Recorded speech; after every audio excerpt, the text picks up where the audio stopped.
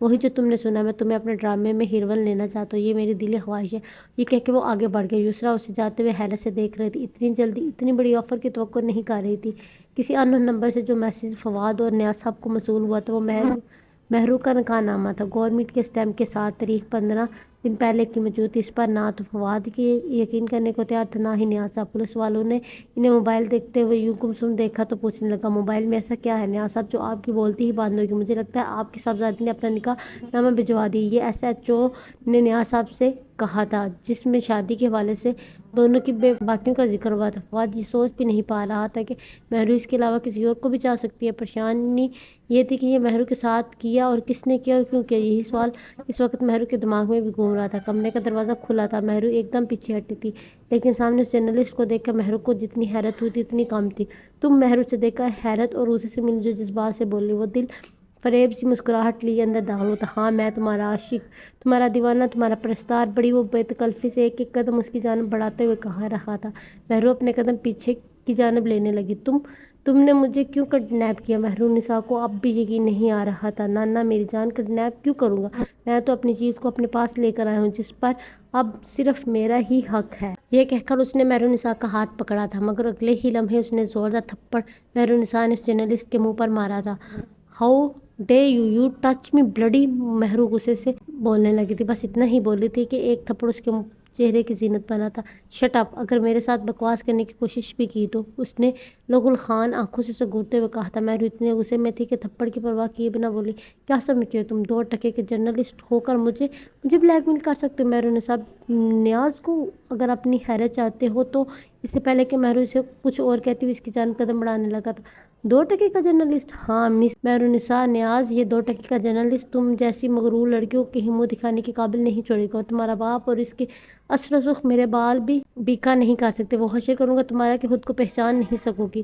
قدم اس کی جانب بڑھ رہا تھا، اگلے ہی لمحے اسے اپنے حصار میں لے چکا تھا۔ مس مہرو نساء نیاز، تمہاری بربادی کا وقت آج سے شروع ہے۔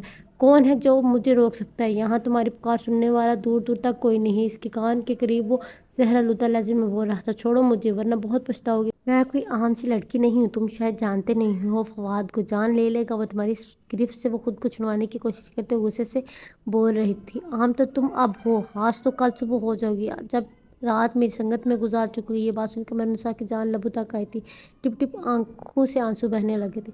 اس وقت خود کو وہ بے بس محسوس کر رہی تھی۔ اس لڑکی نے اسے اپنی گرفت سے آزاد کیا تھا۔ کچھ ثانیے تو مہرو نساء یہی نہیں سمجھ پا رہی تھی کہ اس کے ساتھ ہو کیا رہا ہے۔ دیکھو تم جو کوئی بھی ہو، تمہیں میں اتنے پیسے دلوا سکتی ہوں جتنے تم چاہتے ہو، لیکن پلیز مجھے کچھ نہ کہنا۔ مہرو کو لگا اس لڑکے نے مہرو کو پیسوں کے لیے کڈنیپ کیا۔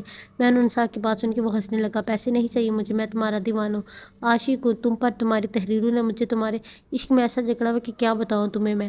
تمہارے ہر ماڈل میں ہیروئن پر تمہارا تصور باندھ کر اپنے خیالوں سے تم سے وہ سب کچھ کیا جو تم نے لکھا ہے۔ یہ بات اس لڑکے کے منہ سے سن کر مہرو نساء پانی پانی ہونے لگی تھی۔ اف، کیا لکھتی ہو تم؟ پتہ ہے مہرو نساء، میں ایک عام سا لڑکا تھا، سادے سے مزاج کا۔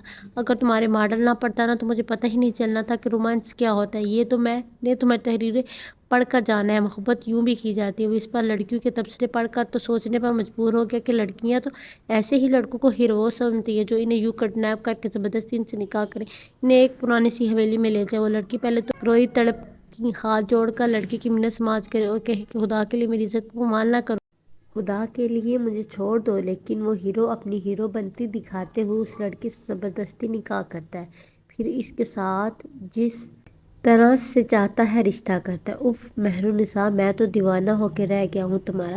یہ وہ بڑی تیز نظروں سے اس کے پورے وجود کو یوں دیکھنے لگا کہ مہرو نساء کے وجود میں سنسنی سی دوڑ گئی۔ دل تو یوں جیسے آج ہی بند ہو جائے گا۔ وہ اس کے قریب آ کے اپنا چہرہ جھکا کے اس کے چہرے کے مقابل کر کے بولا، میں اگر تمہارے باپ سے تمہارا رشتہ مانگتا تب بھی وہ انکار نہیں کر سکتے تھے، لیکن کیا ہے نا میری جان، ایسے لائف میں کوئی ٹویسٹ ہی نہیں آتا۔ یہ کہہ کے وہ خود سیدھا کھڑا ہو گیا تھا، پھر جیب سے چند کاغذ نکال کر مہرو نساء کے ہاتھ میں تھما دیے تھے۔ یہ میرا اور تمہارا نکاح نامہ ہے میری جان، اسے اچھی طرح سے پڑھ لو۔ یہ سن کر مہرو نساء کی رہی سہی ہمت بھی ختم ہوئی تھی۔ وہ پیپر کھول کر پڑھنے لگی تھی۔ اپنے دستخط دیکھ کر اسے بڑے زور سے جھٹکا لگا تھا۔ یہ جھوٹا نکاح نامہ ہے، یہ سائن نہیں ہے میرے۔ تم سے نکاح کیسے کر سکتی ہوں؟ یہ تم سے ایسا کوئی رشتہ نہیں ہے، مہرو نساء نے تڑپ کر کہا۔ وہ ہنسنے لگا تھا۔ ٹویسٹ میری جان، ٹویسٹ! کمال کی لڑکی ہو یار تم بھی، اپنے ہر ناول میں ایسے ہی دھوکے سے تو سائن کرواتی ہو اپنی ہیروئن سے، تمہیں تو نکاح نامہ دیکھ کر سمجھ جانا چاہیے تھا۔ مہرالنساء یہ سن کر رونے لگی تھی۔ یہ کہانی نہیں ہے، میری زندگی ہے، تم کوئی ایک افسانوی کہانی کو پڑھ کر مجھے برباد کرنا چاہتے ہو؟ میں نے تمہارا کچھ نہیں بگاڑا، خدا کے لیے مجھے جانے دو، میں فواد سے بہت محبت کرتی ہوں، میرے ماں باپ لوگوں کو کیا جواب دیں گے؟ کیوں کر رہے ہو یہ سب میرے ساتھ؟ بے بسی سے وہ روتے ہوئے کہنے لگی تھی، بالکل ویسے ہی، ہائے سیم ایسے ہی سین میں نے پڑھا تھا۔ اف مہرو یار تم تو لکھنے کے ساتھ ساتھ اداکار بھی بڑی زبردست ہو، پتہ ہے جب میں نے میری جان پڑھا تو اس سین کو 40 بار پڑھا اور ہر بار تمہارا ایسا روپ امیجن کیا تھا، اس پر تمہاری بے بسی سے بہتے آنسوں میں یہ مکالمہ، اف اف اف مہرالنساء تم نے تو لفظ پہ لفظ جملے ادا کیے ہیں، کمال کر دیا آج تو ایک بار پھر سے سچ میں دیکھ کر بہت مزہ آ رہا ہے۔ وہ لڑکا مہرالنساء کی بے بسی کا مذاق اڑا رہا تھا جیسے یہ کوئی ڈرامہ ہے۔ مہرالنساء نے اسے دھکا دیا تھا اور کھلے دروازے سے کمرے سے باہر بھاگ گئی تھی۔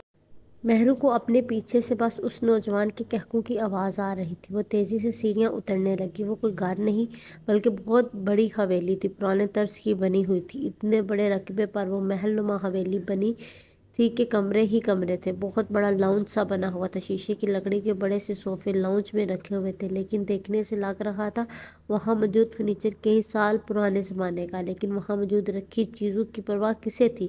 وہ اپنا عروسی بھاری لہنگا سنبھال کر مہرو باہر جانے کا راستہ تلاش کر رہی تھی۔ لاؤنج وسیع تھا لیکن وہاں کوئی بھی بیرونی دروازہ موجود نہیں تھا۔ جہاں دروازہ ہونا چاہیے تھا وہاں سامنے ایک دیوار بنی ہوئی تھی۔ عجیب بات یہ پورا لاؤنج کی دیواروں پر پینٹ تھا، لیکن اس بیرونی گیٹ کے سامنے بنی دیوار پر سیمنٹ کا پلستر ہوا تھا جیسے چند دن پہلے ہی بنائی گئی ہو۔ بیرونی دروازے کو جیسے اس دیوار سے بند کیا گیا ہو۔ مہرالنساء لاؤنج کے مختلف کمروں میں جانے لگی، سب کی کھڑکیاں کھول کر دیکھنے لگے کہ شاید کہیں سے باہر نکل سکے، لیکن کھڑکیوں پر لوہے کی سراہیں موجود تھیں۔ لاؤنج کے ارد گرد اتنے کمرے موجود تھے کہ وہ شاید گنتی کرنے سے قاصر تھی۔ کمروں میں وہ جا چکی تھی لیکن باہر کا راستہ کہیں اسے نظر نہیں آ رہا تھا۔ آدھا گھنٹہ وہ لاؤنج میں دیوانوں کی طرح ایک سے دوسرے کمرے میں جا رہی تھی۔ ایک حیرت کی بات یہ بھی تھی کہ وہ جرنلسٹ اس کے پیچھے نہیں آیا تھا، اور دوسری بات جو مہرالنساء کی پریشانی میں اضافہ کر رہی تھی وہ یہ تھی کہ ایک معمولی سا جرنلسٹ اتنی بڑی حویلی کا مالک کیسے ہو سکتا ہے، جس حویلی کا رقبہ اتنا بڑا ہے کہ اس میں بے شمار کمرے بنے ہوئے ہیں، جیسے وہ حویلی بھول بھلیا جیسی ہو۔ آدھے گھنٹے میں مہرالنساء چکرا کر رہ گئی، لیکن اسے کہیں باہر جانے کا راستہ نہ ملا۔ بالآخر تھک ہار کر لاؤنج کے صوفے پر بیٹھ کر رونے لگی۔ کہاں پھنس چکی تھی، یہاں کیوں لائی گئی تھی؟ بار بار فواد کا خیال آ رہا تھا تو کبھی اپنے گھر والوں کا۔ رو رو کر اس کی ہچکی بند ہو گئی تھی۔ نہ جانے کہاں سے ایک کالا رنگ کا خونخوار کتا اس لاؤنج میں نظر آنے لگا۔ وہ بھونکا، تب مہرالنساء کی نظر اس پر پڑی۔ کہاں سے آیا وہ، یہ بھی سوچنے کی بجائے مہرالنساء بساتہ صوفے سے اٹھ کر کھڑی ہوئی تھی۔ اس کتے نے مہرالنساء کو سوچنے کا موقع ہی نہیں دیا، وہ تیزی سے اس کی طرف بڑھنے لگا تھا۔ مہرالنساء تو حواس باختہ ہو گئی تھی، سامنے اوپر جانے کی سیڑھیاں ہی نظر آئی تھی۔ اس نے اپنا لہنگا اٹھائے تیزی سے سیڑھیاں چڑھنے لگی تھی، کتا اس کے پیچھے تھا۔ وہ تیزی سے زینیاں چڑھ کر اس کمرے میں داخل ہوئی جہاں سے وہ بھاگی تھی، کیونکہ اسی کمرے کا دروازہ اب تک کھلا تھا۔ اب بھی وہ نوجوان وہیں کھڑا تھا جیسے اسے مہرالنساء کے واپس آنے کا یقین ہو۔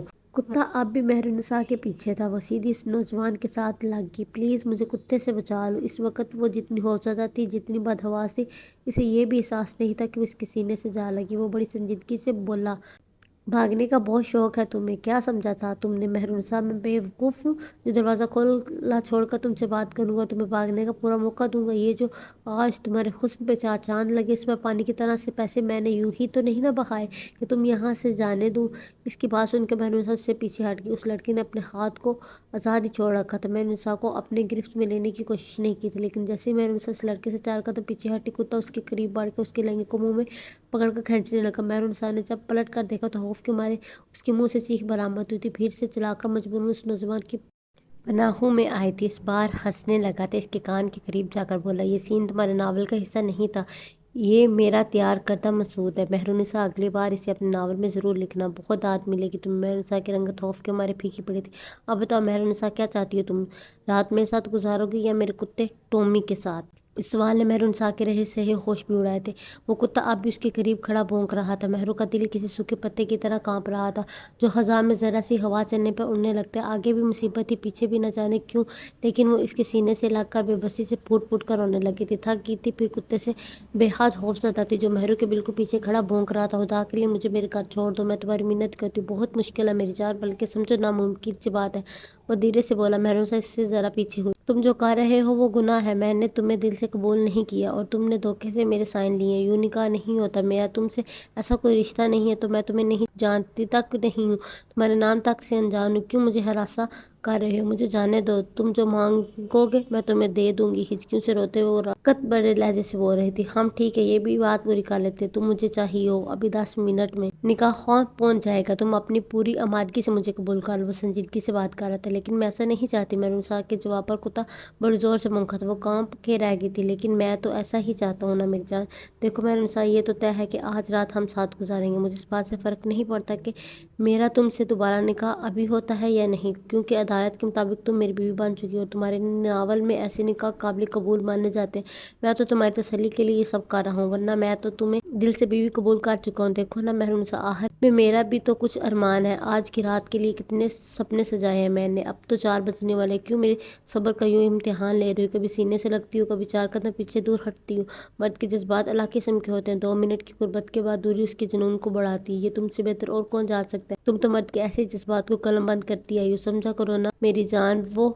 وہ اتہاسیہ انداز سے معنی خیز سے آنکھ بند کر کے مسکرایا، پھر مہرنسا کے بہتے آنسوں پر آئی بالوں کی لٹ اس لڑکے نے اپنے ہاتھ سے پیچھے کرنے کی کوشش کی، لیکن اس کا ہاتھ اپنے چہرے پہ پہنچنے سے پہلے ہی مہرو پیچھے ہٹنے لگی۔ اس کی باتیں ایسی تھی کہ مہرنسا کے پاس کوئی جواب نہیں تھا۔ کتا بالکل مہرنسا کے پیچھے کھڑا تھا، وہ چاہ کر بھی اس لڑکے سے ذرا فاصلہ برقرار نہیں رکھ سکتی۔ اس لڑکے نے اپنا ہاتھ پیچھے نہیں کیا، لیکن انگلی سے اس کے بالوں کی لٹ کو پیچھے کیا، پھر بولا، تم یہاں سکون سے بیٹھو، میں بھی آتا ہوں، تب تک میرا ٹومی تمہارا خیال رکھے گا۔ یہ کہہ کے وہ نوجوان پیچھے ہٹ کر جانے لگا، لیکن کتے کا کمرے میں رہنے کا سوچ کر مہرنسا پوری طرح سے گھبرا گئی تھی، اس لیے اس کا ہاتھ پکڑ لیا۔ نہیں پلیز، مجھے اس کے پاس اکیلا مت چھوڑ کے جاؤ، مجھے ڈر لگ رہا ہے۔ یہ بھی مہرنسا کی بے بسی کی آخری حد تھی کہ وہ اپنے ہی رقیب سے مدد مانگنے پر مجبور تھی۔ تم بھاگنے کی کوشش مت کرنا، یہ تمہیں کچھ بھی نہیں کہے گا، میرا پالتو ہے اور وفادار بھی ہے۔ اب مجھے نکاح کا انتظام بھی تو کرنا ہے نا مہرنسا، ورنہ جتنی خوبصورت تم لگ رہی ہو، میرا تو جی ہی نہیں چاہ رہا تمہیں چھوڑ کے جاؤں۔ اسے روتا ہوا خوفزدہ دیکھ کر وہ شاید طنزیہ انداز میں بول رہا تھا۔ مہرنسا سے اس نے اپنا ہاتھ چھڑوایا تھا، پھر کتے کے پاس جا کر کھڑا ہوا۔ خیال رکھنا اس کا کمرے سے باہر نہ نکلنے پر۔ اس نوجوان کی بات پر کتے نے بھونک کر اپنی زبان سے شاید اپنے والوں کو اس بات کی تسلی دی تھی۔ یہ کہہ کے وہ نوجوان تو کمرے سے نکل گیا تھا۔ کمرے کا دروازہ اب بھی کھلا تھا، لیکن کتا بنا آنکھ چپکائے مہرنسا کو ہی دیکھ رہا تھا، پوری زبان اس کی باہر تھی، لمبے لمبے سانس بھر رہا تھا، آخری آنکھیں سرخ تھی، بڑے چونکے انداز سے یوں کھڑا تھا جیسے اپنی ڈیوٹی پوری ایمانداری سے دے رہا ہو۔ مہرنسا بے بسی سے بیڈ پر بیٹھ کے کاش یہ زمین ہی پھٹ جائے اور میں اس میں سما جاؤں، کس جرم کی سزا بھگت رہی ہوں میں۔ وہ پھر سے رونے لگی۔ کچھ دیر میں ایک نکا وہاں ایک عورت کے ساتھ اندر داخل ہوا تھا۔ اعجاز و قبول میں مہرو کو معلوم ہوا کہ اس جرنلسٹ کا نام حازم تھا۔ نکاح ہوتے ہی مہرنسا نے اپنی آنکھیں بند کر لی، آنکھوں میں جمع شدہ پانی بھی بہہ کر رخسار بھگو گیا تھا۔ کبھی سوچا بھی نہیں تھا آج کی رات مہرنسا کی ایسے گزرے۔ ایک اجنبی شخص جسے وہ ٹھیک سے جانتی تک نہیں تھی، اسے مجبوراً اپنا آپ سونپ چکی تھی۔ پہلی بار اپنی ان سب تحریروں پر غصہ آیا تھا، جس میں وہ ہیروئن کی شادی ہیرو سے زبردستی مجبوراً کرواتی تھی اور وہ روتی بلکتی تھرتھراتی ہونٹوں سے شادی کے لیے اقرار کرتی تھی۔ اس سین کو وہ بڑے پرسکون ماحول میں رات کی تاریکیوں میں لکھتی تھی، اور لکھتے ہوئے پوری طرح سے اس لڑکی کی بے بسی لکھتے ہوئے، لڑکے کی جیت کی سرشاری لکھتے ہوئے بہت لطف اندوز ہوتی تھی۔ کبھی یہ سوچا تک نہیں تھا کہ آج وہ لمحہ یوں اس کے سامنے بھی آ سکتا ہے۔ آج اسے لگ رہا تھا کہ وہ سب کاغذ پر لکھے کردار اس کے سامنے آن کھڑے ہیں، وہی روڈ سے ہیرو، سوٹ بوٹ میں جیب میں ہاتھ ڈالے مغرورانہ اندازوں سے مہرنسا کو دیکھ رہے ہیں۔ سب مسکرا رہے ہیں۔ آہستہ آہستہ ان سب ہیروز کا چہرہ اس حازم کے چہرے میں مدھم سا ہوتا ہوا محسوس ہوا، تو اسے لگا تھا سب لڑکیوں کو ملا دیا جائے تو وہ حازم کا نقشہ بن جاتا ہے، لڑکوں کو ملا دیا جائے تو حازم کا نقشہ بن جاتا ہے۔ چوڑی پیشانی، گوری رنگت، ستون ناک، مسکرانے سے چہرے پر ڈمپل، حازم اسے تمسخرانہ مسکراہٹ کے ساتھ اس کا مذاق اڑاتا ہوا نظر آنے لگا۔ مہرنسا نے نظریں بدلی تو دوسری جانب اسے وہ سب ناولز کی ہیروئن نظر آنے لگی تھی، مڈل کلاس، سادہ سی، معصوم سی بے سر لڑکی جو اپنے ساتھ بدتمیزی کرنے والے لڑکے کو تھپڑ مار دیتی تھی یا 4 لوگوں کے سامنے سے بے عزت کرتی تھی، جس کے بدلے میں وہ لڑکا اسے سرعام سڑک سے اپنی گاڑی میں بٹھا کر کسی پرانی حویلی میں لے جاتا تھا اور خود سے نکاح کرنے پر مجبور کرتا تھا۔ سب لڑکیاں تڑپ کر ہچکیاں بھرتی ہوئی نظر آنے لگی تھی، پھر ان سب لڑکیوں کا چہرہ ملا کر اس کا اپنا چہرہ بن رہا تھا۔ بے بس سا ہاتھ جوڑتے ہوئے ان سب لڑکیوں کو ملا کر اس کا اپنا چہرہ بن گیا تھا۔ بے بس سا ہاتھ جوڑتے ہوئے اپنی عزت کی بھیک حازم کے سامنے مانگتا ہوا چہرہ آنسوں میں پھر سے روانی آنے لگی تھی، ایک کے بعد ایک آنسو بہہ رہا تھا۔ جب حازم کمرے میں داخل ہوا، اس بار وہ نائٹ سوٹ میں ملبوس تھا، چہرہ بالکل اسپاٹ تھا، سیدھا چلتے ہوئے مہرنسا کے ساتھ بیٹھ گیا۔ مہرنسا کمپرومائز کرتے ہوئے اپنے ہاتھ کے پس سے اپنے آنسو پونچھنے لگی تو حازم نے اس کا وہی ہاتھ پکڑ لیا۔ نہ میری جان، اب یہ ظلم تو مجھ پہ مت کرو، آنسو صاف کرنے کی ضرورت نہیں ہے تمہیں۔ کیا خبر مجھے تمہاری ان آنسو سے ہی تو عشق ہے، مرتا ہوں تمہارے آنسو، اس لیے انہیں کبھی بھی اپنی آنکھوں سے جدا مت کرنا۔ جانتی ہو کتنی خوبصورت ہے ان بہتی آنسو میں، ایسا لگتا ہے موتیوں سے پروئی کوئی مالا ہو جو کھل گئی اور سارے موتی ایک ایک کر کے گر رہے ہیں۔ اف اف میرے خدا، کیا دلکش منظر ہے تمہاری آنکھوں کا۔ مہرنسا، جی چاہتا ہے تم ہوتے ہوئے رات بھر ان موتیوں کو اپنی آنکھوں سے گزارتی رہو، میں رات بھر رہور اسے دیکھتا رہوں، لیکن مجبوری یہ ہے کہ آج میری گولڈن نائٹ ہے، آج اس کے لیے کچھ اور ہی سوچ رکھا ہے میں نے، یہ خواہش کسی اور دن پوری کر لوں گا۔ تم کون سا اب کہیں جا سکتے ہو؟ یہ کہہ کے حازم نے مہرنسا کا ہاتھ چھوڑ دیا، پھر اس نے چہرے کو بڑے غور سے دیکھنے لگا۔ کمال کی بیوٹیشین ہے بھائی، صحیح پیسے وصول کیے ہیں اس نے مجھ سے۔ کہنے لگی آپ کی بیوی جتنا مرضی چاہے رخصتی پر روئے، میک اپ اپنی جگہ سے نہیں ہلے گا، یہاں تک کہ آنسو سے آنکھوں کا کانچے تک نہیں پھیلے گا۔ دیکھو نا مہرنسا، ویسی کی ویسی ہی لگ رہی ہو۔ مہرنسا نظریں جھکا گئی تھی، اس وقت بے بس تھی، مجبور تھی، جانتی تھی سوائے برداشت کرنے کے دوسرا راستہ وہ بند کر چکا ہے۔ مہرنسا یوں خاموش دیکھ کر وہ ہنسنے لگا۔ او مائی گاڈ، تم میرے سامنے بیٹھی ہو، یقین ہی نہیں آ رہا۔ ویسے سنا ہے فواد بہت پسند تھا تمہیں، آج کی رات کے لیے اس حوالے سے خواب تو تم نے بھی اپنی آنکھوں میں بہت سجائے یوں کہ ہے نا مہرنسا۔ یہ سن کر مہرنسا ایک سلگتی نظر اس پر ڈالی، لیکن اگلے ہی لمحے اپنی بے بسی کا اندازہ لگا کے نظریں بدل گئی۔ بیچارہ فواد، پھولوں سے بھری سیج پر بنا دلہن کی رات بھر تو سو نہیں پائے گا، بڑی بےتابیاں بھری ہوئی تھی اس دن ریسٹورینٹ میں۔ اس کی آنکھوں میں حازم کی یہ بات سن کر مہرنسا نے سریے سے اس کی طرف حیرت سے دیکھا تھا۔ ایسے کیا دیکھ رہی ہو؟ میرے کہنے پر ہی تو ویٹر کے ذریعے اس کمینے پہ میں نے چٹنی گروائی تھی، مجھ سے برداشت ہی نہیں ہو رہا تھا وہ تمہیں یوں دیکھ کے۔ جی تو میرا چاہتا ہے 1000 کے بجائے 2000 ویٹر کو دوں، کہوں چٹنی اس کی شرٹ کی بجائے اس کی آنکھوں میں ڈال دے۔ ہوتا کون ہے وہ میری مہرنسا کو دیکھنے والا جس پر صرف میرا حق ہے؟ مہرنسا اب سمجھی تھی کہ کس کی آر پار ہوتی نظریں اسے بے چین کر رہی تھی، کون اسے ایسے دیکھ رہا تھا جیسے آنکھوں ہی سے روح کو کھینچ لے، نہ جانے کیوں، لیکن ایک خوف کی لہر مہرنسا کے پورے وجود میں بجلی کی طرح سے گزری تھی۔ حازم نے سب سے پہلے مہرنسا کا دوپٹہ بے دردی سے سر سے کھینچ کر اتارا تھا، جسے بال پن اور دوسری پنس کے ساتھ سجایا گیا تھا۔ بال مہرنسا کے جڑ سے اکھڑے تھے، ایک چیخ سی برآمد ہوئی تھی۔ سامنے حازم کی آنکھوں میں اس وقت صرف سرخی تھی، وحشت تھی، جنون تھا، سب کچھ تھا سوائے محبت کے۔ اس رشتے کی ابتدا حازم نے بڑی بے رحمی اور بے دردی سے کی تھی۔ ذکی نے اگلے ڈرامے کے لیے جب ہیروئن کے طور پر یسریٰ کو منتخب کیا تو سب سے پہلے اعتراض اشتیاق صاحب کو ہوا۔ پاگل تو نہیں ہوگے تم؟ ذکی، سجیلا جیسی جانی مانی ٹاپ ہیروئنز کو چھوڑ کے تم ایک ایکٹریس کو بہت اہمیت دے رہے ہو۔ اشتیاق صاحب ذکی کی اس قسم کی باتوں سے غصے سے بے قابو ہو جاتے تھے۔ بابا یسریٰ میں آگے پڑھنے کے بہت سے کٹس موجود ہیں، اگر کوئی اس کام کا اہل ہے تو میں کیوں نہ اس کو موقع فراہم کروں۔ ذکی نے اپنا لہجہ متوازن ہی رکھا تھا۔ او پلیز ذکی، سجیلا کو چھوڑ کر میں کسی نئی لڑکی کو اپنے ڈرامے میں ہیروئن کی جگہ دے کر تجربہ نہیں کرنا چاہتا، سجیلا ہی بیسٹ رہے گی، اور پھر سجیلا یہ بالکل بھی برداشت نہیں کرے گی کہ ہم لوگ اسے چھوڑ کر کسی نئی لڑکی کو اس کی جگہ دیں۔ اصل بات اشتیاق صاحب کے منہ پر آ گئی تھی، اول فکر ہی انہیں یہی تھی کہ سجیلا یہ سن کر غصہ ہو جائے گی، پھر ذکی کے ساتھ اس کا رشتہ بھی طے ہو چکا تھا، اشتیاق صاحب اسے ناراض نہیں کرنا چاہتے تھے۔ بابا سجیلا کون ہوتی ہے؟ برداشت کرنے والی اور نہ کرنے والی، اس بات کا ڈیسیژن ہم ہیں اور ہم ہی کریں گے۔ کسی رول کے لیے کون سی لڑکی پرفیکٹ ہو سکتی ہے؟ معاف کیجیے گا، سجیلا ایز اے ماڈل ہی اچھی ہے، ایکٹنگ مجھے تو اس کی بالکل بھی پسند نہیں ہے، جو بھی رول کرتی ہے ایک ڈرامائی سا انداز، یسریٰ کی اداکاری میں ایکسپریشن ہے، وہ ایک الگ سا سرور دیتی ہے، مجھے لگتا ہے وہ اس کریکٹر کے لیے پرفیکٹ رہے گی۔ ذکی کی بات پہ اشتیاق صاحب دل سے قائل ہو چکے تھے، کیونکہ یسریٰ واقعی اپنے سین میں جان ڈال دیتی، لیکن مان نہیں سکتے تھے کیونکہ سجیلا کے پرستار اس کی خوبصورتی اور بے باکی کے دلدار تھے۔